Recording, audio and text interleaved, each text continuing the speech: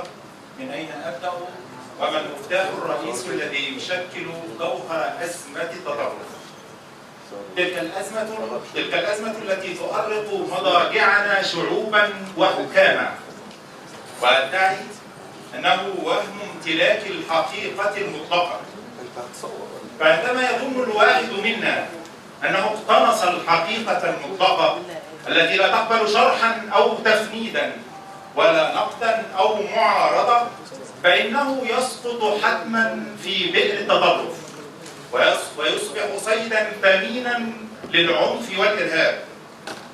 إن الواقع الثقافي المصري لفي حاجة ماسة لإعادة صياغة في إطار جديد قائم على قيم الحرية والتعددية والتسامح وبدون مواربة.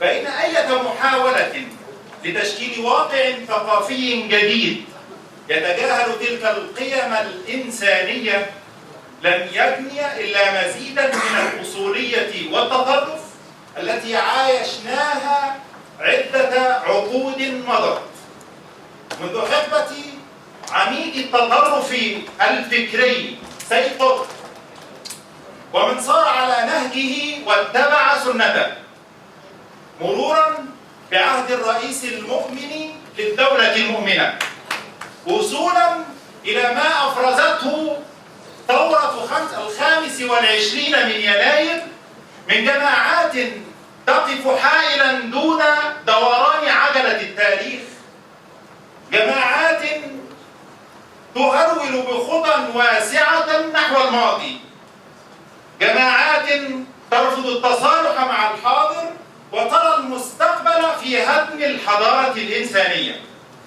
وهنا تتبدل المعضلة جلية في واقعنا المصري حين نسمع أصواتا كثيرة لنخب ثقافية وسياسية بينما ترتعد فرائصها من التطرف الديني وترتجف أوصالها من العنف والإرهاب، فإننا نجدها ويا حسرة نجدها على صعيد آخر وفي تناقض صارخ تحارب بضراوة حرية العقيدة وتطالب بإلحاح بفرض قيود على الحرية الفكرية والسياسية. فأي عبث هذا؟ أي عبث هذا وأي هراء يمارسه مدعو الفكر والساسة. وهنا يستدعي الحديث أن نعرج إلى منعطف ما يعرف بتجديد الخطاب الديني، ونود أن نؤكد من خلال هذا المنعطف أن التجديد وحده لن يؤتي ثماره ولن يخرجنا من هذا المأزق طالما تحتكره مؤسسة بعينها.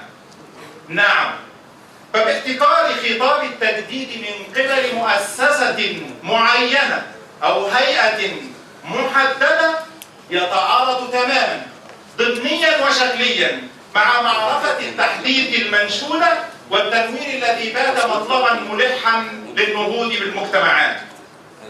كفانا وصاية على العقل وعلى حرية البحث والتفكير. دعونا بكل التسامح لنطلق سراح كل العقائد من أقفاصها. دعونا لنفتح نوافذنا تتهب علينا رياح كل الثقافات لندرك اللحظة التاريخية التي تمر بها البلاد، لنعبر من عنق الظرف الراهن إلى أفق التعايش والتحضر، وننهض من سبات العصر الوسيط ونلحق بقطار التنوير الذي وصل بالفعل إلى محطة ما بعد الحداثة غربا وشرقا.